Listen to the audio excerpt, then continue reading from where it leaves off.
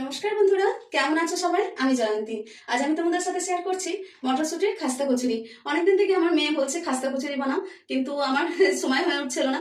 তো আমি ভাবলাম শীত চলে যাচ্ছে, মটরশুটিও প্রায় বাজারে আর শেষের দিকে, তো চলো মটরশুটিরই খাস্তা কচুরি বানাই। তো খাস্তা কচুরির পুর সাধারণত অন্য কিছু হয়, তো আমি আজকে বানাচ্ছি মটরশুটির খাস্তা কচুরি, যেটা আমি তেলেও ফ্রাই করব, আবার তেল ছাড়া এয়ার ফ্রায়ারেও বানাবো। তো বন্ধুরা চলো, আমি যার জন্য কিছুটা পরিমাণ মটরশুটি খোলা ছাড়িয়ে ধুয়ে নিয়েছি। তো এটাকে প্রথমে পিষে নিতে হবে খুব। আমি এখানে কিছুটা পরিমাণ মটরশুটি আমি ছাড়িয়ে রেখেছি, যেটা আমি মেপে নিচ্ছি। তো এটা এই মেজারিং কাপের মতো 2 কাপ হলো। এই 2 কাপ মটরশুটি আমি পেস্ট বানিয়ে নেব। আর এর সঙ্গে আমি দেবো এই 4-5টা মতো কাঁচা লঙ্কা। প্রথমে এটার একটা পেস্ট বানিয়ে নিয়ে আসি। পিষে নিয়েছি মটরশুটি। তো এই খাস্তা কচুরির জন্য খুব মিহি পেস্ট প্রয়োজন নেই আমাদের, কারণ এটা তো আমরা বেলবো না। তো মোটামুটি মিহি হয়েছে, এই যে। তো হালকা যদি কণা দানা দানা থাকেও তাতেও কোনো অসুবিধা নেই খাস্তা কচুরির জন্য। তো এটা পিষে নিয়েছি, এটা থাক। তো এরপর আমরা আটাটা মেখে আসি। একটা আটার ডো লাগাতে হবে, তো যার জন্য আমি এখানে নিয়ে নেবো গমের আটা। 3 কাপ মতো নিচ্ছি বন্ধুরা। এটা আটার যে মাপ, সেটা তোমাদের যেমন বানাবে সেই পরিমাণ, এটাও কোনো মাপের এত কিছু ব্যাপার নেই। তো আমি এখানে আজকে 3 কাপ আটার বানাচ্ছি। এটা যেটা রুটি করে খাই, ওই গমের আটাটাই। দিয়ে দেবো প্রয়োজন মতো নুন। বন্ধুরা এখানে আমি 3 কাপ আটা নিয়েছি, তো সেই জন্য আমি এখানে 3 কাপ আটাতে আমি 6 চামচ এখানে ময়ামের জন্য সাদা তেল ব্যবহার করব।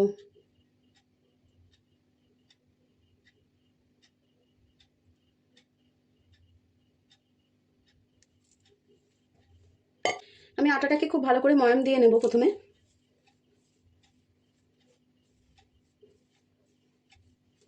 এই আটার ময়ামটা খুব ভালো করে মাখতে হবে।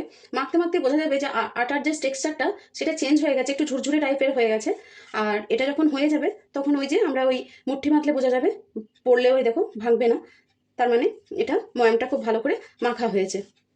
এবার খুব অল্প অল্প জল দিয়ে আটাটা প্রথমে একটা শক্ত ডো তৈরি করে নেব। বন্ধুরা সেই পরিমাণ জল দেবো যে পরিমাণ জল দিলে একটা ডো ফর্মে চলে আসবে, তার থেকে বেশি আমরা জল দেবো না। একটা জিনিস আমি একটু ভুলে গিয়েছিলাম দিতে, তো খাস্তা কচুরিতে জোয়ানের ফ্লেভারটা খুব ভালো লাগে, তো যার জন্য আমি একটু জোয়ান নিয়ে নিয়েছি হাতে করে। এই 1/2 চা চামচ মতো জোয়ান নিয়েছি। এটাকে এবার একটু আমি ক্রাশ করে নিচ্ছি হাতে করে, তারপরে আমি এর মধ্যে ছড়িয়ে দিচ্ছি। তারপরে এটাকে এর সাথে মেখে নেবো আটার সাথে। আটা আমি মাখিয়ে নিয়েছি বন্ধুরা, দেখো একটা শক্ত ডো তৈরি হয়েছে।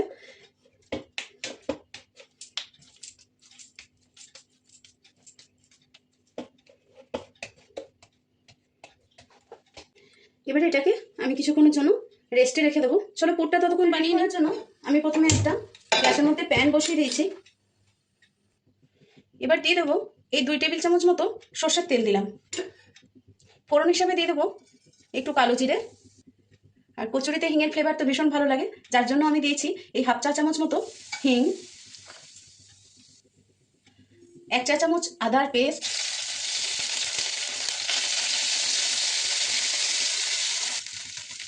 1/2 চা চামচ একটু হলুদ, 1/2 চা চামচ ধনে গুঁড়ো, 1/2 চা চামচ জিরে গুঁড়ো। এবার মশলাটাকে প্রথমে একটু কষিয়ে নেব। টেস্টের জন্য দেবো 1/2 চা চামচ মতো চিনি। বন্ধুরা মশলাটা অবশ্যই কম লো ফ্লেমে ভালো করে ভাজতে হবে, নাহলে মশলাটা জ্বলে যেতে পারে। মশলা ভাজার একটা সুন্দর গন্ধ বের হয়েছে, আর দেখো মশলাটা তেল থেকে ছাড়তেও লেগেছে। তো এই অবস্থায় আমি দিয়ে দেবো এই পিষে রাখা কলাইশুঁটির পেস্টটা।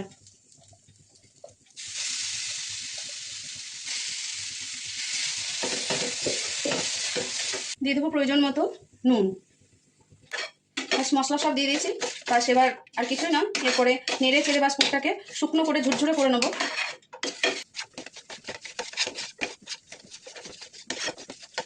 নুন মিষ্টিটা একবার চেক করে নিই ঠিকঠাক আছে কিনা।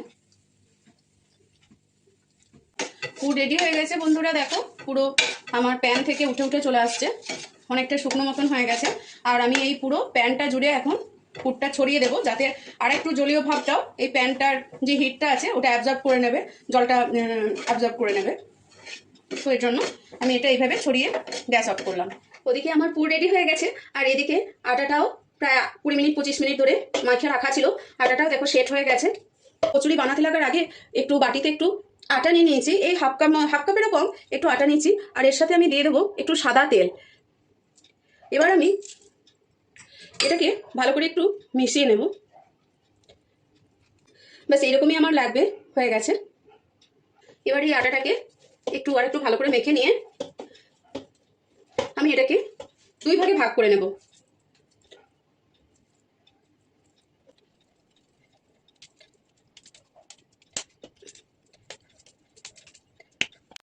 এবার আটাটাকে বেলার জন্য একটা বোর্ড নিয়ে নিয়েছি। এই বোর্ডটাকে আমি এখানে লাগিয়ে দিলাম। একটা লেচিকে আমি এখানে নিয়ে নিয়েছি, লেচির মধ্যে হালকা একটু আটা ছিটিয়ে দিচ্ছি, দিয়ে এটাকে যতটা সম্ভব পাতলা করে এই পুরো বোর্ড বরাবর আমি এটাকে বেলে নেব। সবটা পুরোটা এই বোর্ড বরাবর পুরো বেলে নিয়েছি প্রথমে। এরপরে যে আটা তেলের যে আমি মিশ্রণটা রেডি করে রেখেছি এটার মধ্যে একটু করে ছড়িয়ে দেবো আমি। তারপরে আমি এটাকে সব দিকটাতে মিশিয়ে দেবো। এরপরে ফোল্ড করতে থাকবো, আবার একটু করে এটা মেশাতে থাকবো।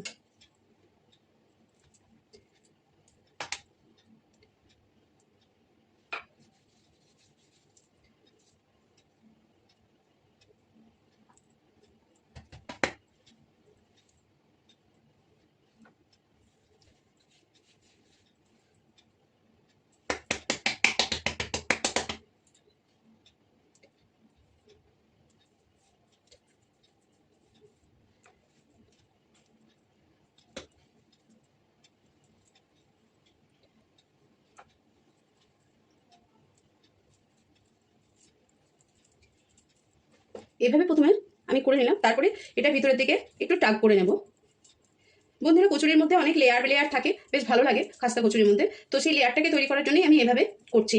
এ দেখো বন্ধুরা, ভিতরের দিকে আটাটাকে টাক করে নিয়েছি। এটাকে আবার আমি বেলবো।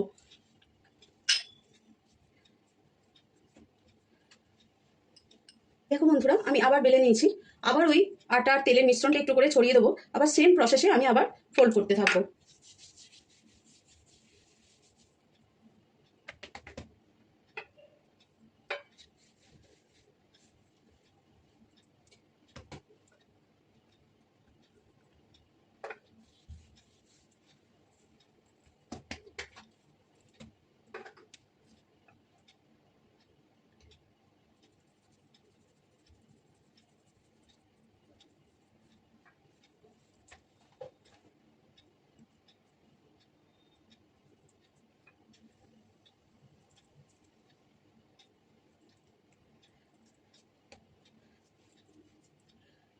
এবার আমি আবার ওইরকম সেম ভাবে ভিতরের দিকে আটাটাকে একটু টাক করে করে রাউন্ড শেপ করে নেব।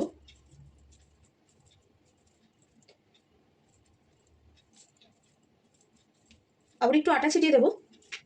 এরপর আর খুব চাপ দিয়ে পাতলা করে বেলবো না, এরপরে হালকা হাতে একটু মোটা করে বেলবো, যাতে লেয়ারগুলো নষ্ট না হয়। সেই জন্য আমি খুব বেশি চাপ দেবো না, হালকা হালকা হাতে বেলে নেব।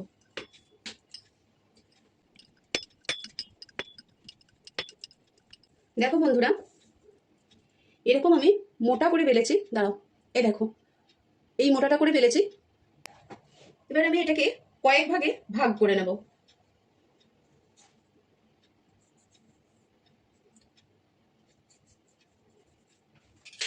এভাবে আমি ভাগ করে নিলাম। দেখো বন্ধুরা, তোমাদেরকে লেয়ার দেখিয়ে দিচ্ছি, কত সুন্দর লেয়ার এসছে। এই দেখো, এই দেখো, দেখছো? এই দেখো। দেখো বন্ধুরা, এদিকে পুরটা আমি ছড়িয়ে রেখেছিলাম, তো পুরটা এখন ঠান্ডাও হয়ে গেছে, আর এখন একদম শুকনো টাইপেরও হয়ে গেছে। তো খাস্তা কচুরির জন্য ডালের পুর হয়, সাধারণত ডাল, ছাতু এগুলোর পুর করা হয়। তো আমি আজকে ওই মটরশুঁটিরই করছি। এবার আমি একটু পুর নিয়ে নিয়েছি মটরশুঁটি। এবার এদিক থেকে একটা আমি নিয়ে নেব, একটু চার সাইড থেকে ভালো করে জল লাগিয়ে দেব, যাতে চিপকে যায়।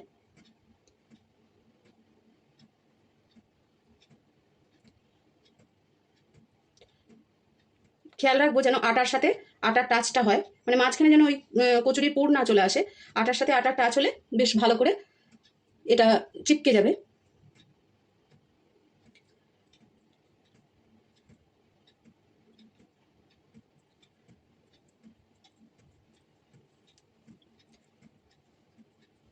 এবার এই হাতে করে একটু করে সাইজ করে দেবো।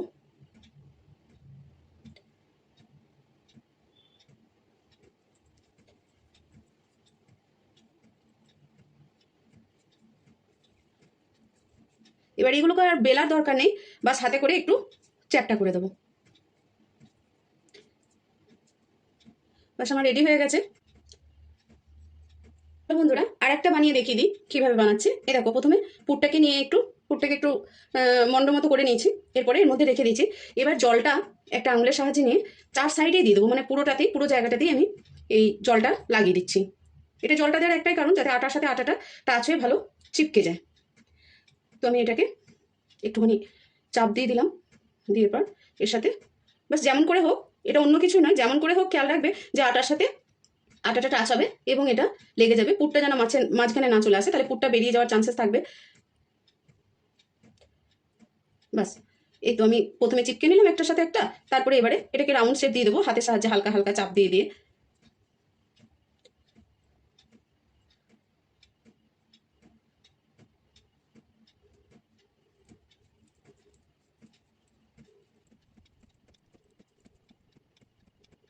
সেম প্রসেসে আমি সবগুলো বানিয়ে নেব। অর্ধেক কোটা আমি বানিয়ে নিয়েছি। এরপরে চলো এগুলোটাকে এয়ার ফ্রায়ারে বেক হতে দিই। এয়ার ফ্রায়ারে কচুরিগুলো দেওয়ার আগে আমি 5 মিনিটের জন্য 180 ডিগ্রি টেম্পারেচারে প্রিহিট করে নিয়েছিলাম। এরপরে এগুলো আমি সাজিয়ে দেবো।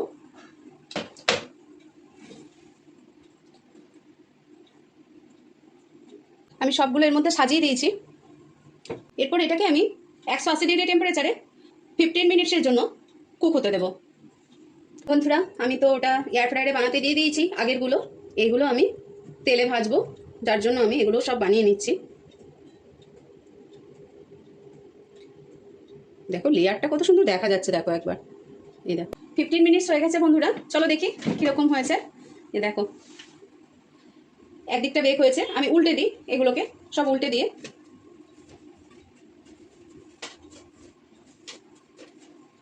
সবগুলো উল্টে দিয়েছি বন্ধুরা। এই দেখো এরপরে আমি আবার এটাকে 15 মিনিটসের জন্য কুক হতে দেবো। বন্ধুরা এটা একটু সময় লাগবে, 15 মিনিটস লাগবে, তার কারণ হচ্ছে এটা তো মানে শক্ত হতে হবে। আমি বাকিগুলো সব বানিয়ে নিয়েছি। আর এদিকে আমি একটা গ্যাসের মধ্যে কড়াই চাপিয়ে দিয়েছি। কড়াইয়ের মধ্যে আমি তেল দিয়ে দেবো। তেল বেশি গরম করব না। আরেকটা জিনিস খেয়াল করব, তেল আমি দেওয়ার পরে হালকা গরম হয়েছে, এ সময় দিয়ে দেবো। দেখো আমরা যখন এটাকে তৈরি করেছিলাম তখন উপরের দিকে একটা ছিল আর নিচের দিকে গিয়ে, যেটাকে আমি এইভাবে করে মানে আটাটা যেখানে আমি জয়েন করেছিলাম, আটার চারিদিকটা মানে রুটির চারিদিকটা যেখানে আমি জয়েন করেছিলাম, সেই দিকটা সবসময় আমি এই ওপরের দিকে রাখবো। ওপরের দিকে রেখে এটাকে আমি ছেড়ে দিলাম। আমি এই ছোট্ট কড়াইয়ের মধ্যে চাপিয়েছি। আমার অ্যাকচুয়ালি এই কড়াইটাই আর কি তলাটা বেশ খাল মতন আছে, যেটাতে মানে এই জিনিস ভাজতে একটু সুবিধা হয়।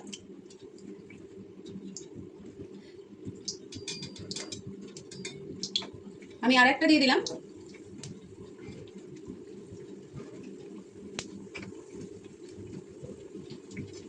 দিয়ে দেখলাম 3টে মতন ভাজা যাবে, সেই জন্য আমি 3টে দিলাম।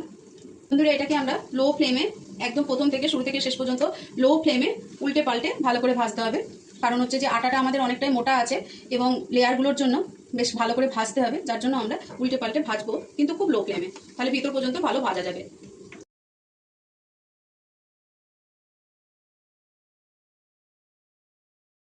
দেখো বন্ধুরা বেশ গোল্ডেন গোল্ডেন কালার চলে এসছে, ভাজা হয়ে গেছে। চলো দেখি একটু হালকা, হ্যাঁ শক্তও হয়ে গেছে।